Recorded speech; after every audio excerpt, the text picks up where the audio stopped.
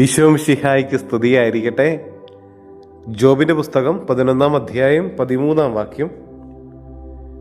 ഹൃദയത്തെ ദൈവത്തിൽ ഉറപ്പിച്ച് കൈകൾ ഉയർത്തി പ്രാർത്ഥിച്ചിരുന്നെങ്കിൽ.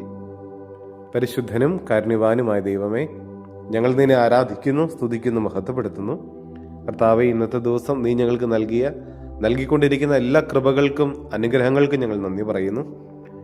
ഈശോയെ, ഇന്നത്തെ ദിവസത്തെ ഞങ്ങളുടെ എല്ലാ പ്രവർത്തനങ്ങളെയും പദ്ധതികളെയും ഞങ്ങളുടെ നിയോഗങ്ങളെയും ഞങ്ങളുടെ കുടുംബത്തെയും ഞങ്ങളുടെ കൂടെയുള്ളവരെയും ഞങ്ങളുടെ കരങ്ങളിലേക്ക് ഞങ്ങൾ സമർപ്പിക്കുന്നു.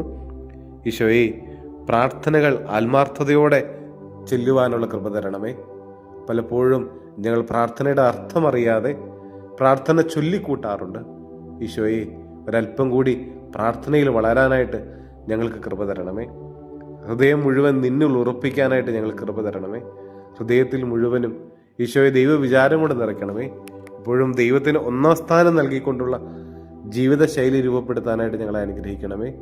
ഞങ്ങളുടെ ഹൃദയത്തിൽ നിന്ന് പ്രാർത്ഥനകൾ ഉയരാനായിട്ട് തമ്പുരാനെ അനുഗ്രഹിക്കണമേ. നമ്മുടെ കർത്താവ് ഈശോമിശിഹായുടെ കൃപയും പിതാവായ ദൈവത്തിന്റെ സ്നേഹവും പരിശുദ്ധാത്മാവിന്റെ സഹവാസവും പരിശുദ്ധ അമ്മയുടെ മധ്യസ്ഥയും നാം എല്ലാവരോടും കൂടെ ഉണ്ടായിരിക്കട്ടെ, ഇപ്പോഴും എപ്പോഴും എന്നേക്കും. ആമേൻ.